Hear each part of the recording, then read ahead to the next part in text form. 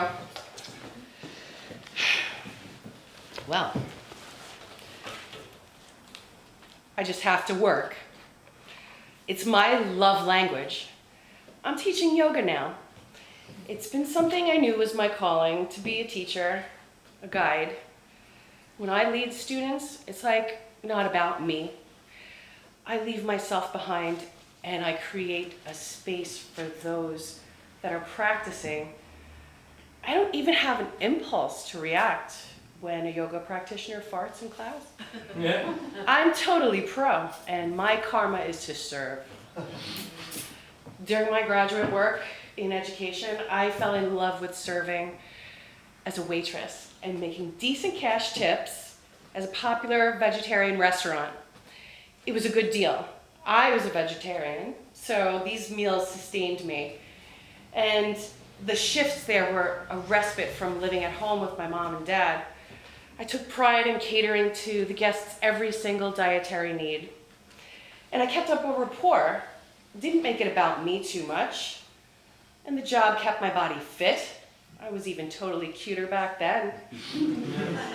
So I did very well as a server.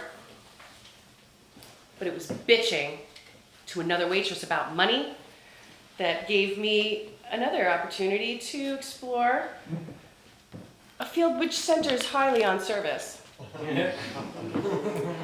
With going to class, all the classwork, and then coming here for a shift, it's just not worth it for me if it's going to be slow.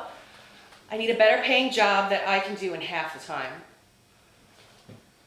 Well, I have a friend that makes some really good money as a dominatrix. I don't think I could do that, was my initial reaction.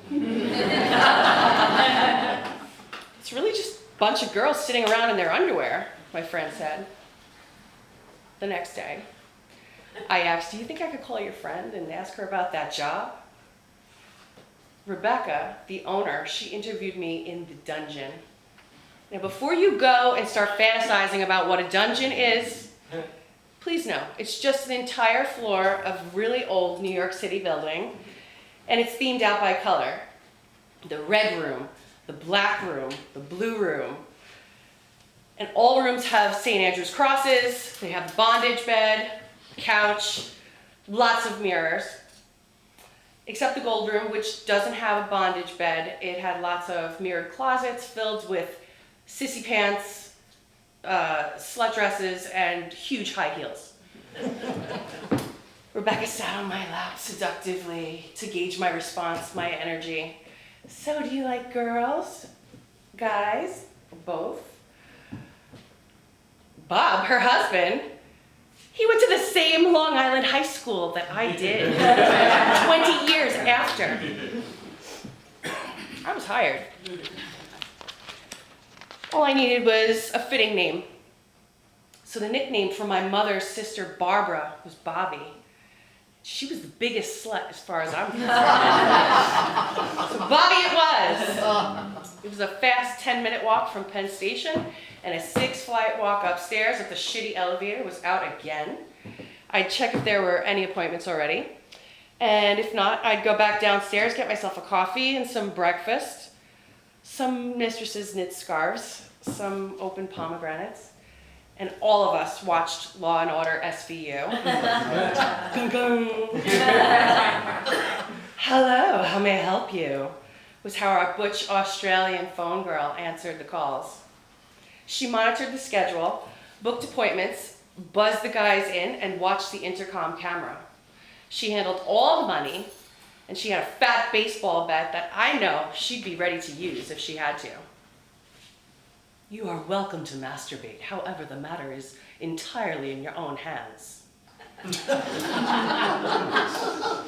It was not sex, but of course it was highly sexual, being that the mind is the biggest sex organ. Being a professional dominatrix, or pro-dom, as we call ourselves, is no sex, no fluid exchange kind of thing. Did I spit in mouths? Yeah. And golden showers? They're pretty sought after, popular menu item that garner great tips. No? Okay. Look, I never did a brown, never did a Roman, okay? It's fine. One by one, the girls on shift would meet with the client in a consult room that was right off the elevator, get the gist, then get the phone girl would go back in, get his selection and his money, walk out counting it, and call out something like, Bobby, black room, 2.5 hours, switch. I shadowed the experienced mistresses for the first few shifts, walking away with significant tips that matched my greatest night at the restaurant. And then I'd go on to become the top mistress there for a time. I was booked solid day and night. I did my part studying these men in power positions, sneaking off midday in between their meetings to go get their cock and balls tied up and bounced on the end of my crop. They'd bring in specialty lollipops and make them do things you don't even want to know with them. And then go walk right back into the world as if nothing had ever happened. My work was fulfilling all of the human needs: certainty, variety, significance, connection, growth, and contribution. Oh, most importantly, lots of cash. My black leather work bag contained all the basics. You got nylon rope of various lengths. You got some soft rubber hose here. You know, you could also use that to restrain or bind leather cuffs, maybe a ball gag. My music was CDs at the time. Tears for Fears, the perfect song, Everybody Wants to Rule the World. I had nipple clamps, I had a paddle, a flogger, and depending on if the session was medical, huge dildo and butt plugs and condoms. The lube, the hand lotion, the paper towels, the gloves, and the puppy pads are all supposed to be stocked in the room already.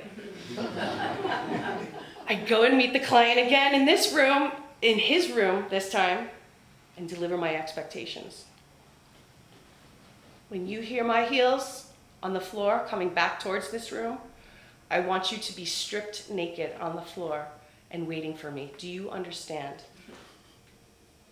It was violent at times, but not to cause harm. I was allowing people to work out trauma from some point in their lives and allowing them to take control over it. Inevitably, I discovered some of my own boundaries only by having them crossed. And sometimes I had to learn by getting it wrong, like the financial domination client. I thought I was getting away with something by taking one $20 bill out of his fat wallet stuck inside the couch. I found it when I was cleaning. I took $1.20, and I didn't realize until I saw his face. I opened the elevator, he came back to get it, and he saw that fat wallet, and he was so disappointed. I went back to the girls, trying to figure out what happened, and they said, "You didn't take the whole thing? That's his deal!" I never fucking saw him again. I had care for each one of my regulars. I knew how to push all of their specific buttons. And I tied them up, I spanked them, I made them kiss my high heels. I led them on a leash into the common area for public humiliation. I even had to look at photos of their grandchildren because I also learned that that's something that a man can do immediately after he ejaculates. Look at photos of his grandkids. They paid me to be in control, but that's what they were paying for. So in that sense, I wasn't in control. What mattered to me was that I was getting the details right and creating a deeply personal experience, making people feel special.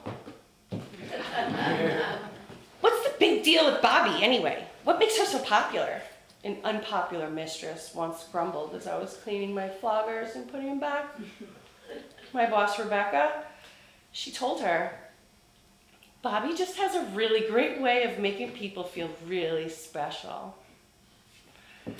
And at the end of 6 years in the dungeon, I was not scheduled the night of a police raid. Everyone there got arrested, except the guys, of course. I went independent for a while with my regulars, and that's a whole different story. Pablo, I'll talk to you about that soon. But I was glad for the out. I didn't know how I would ever be able to walk away from all that much money. I felt caught in between two worlds of a student teacher by day and a dom at night. I had to keep growing. I entered the sex industry with my own free will and for my own financial benefit. Where else could I learn everything about human beings like this? Thank you so much. All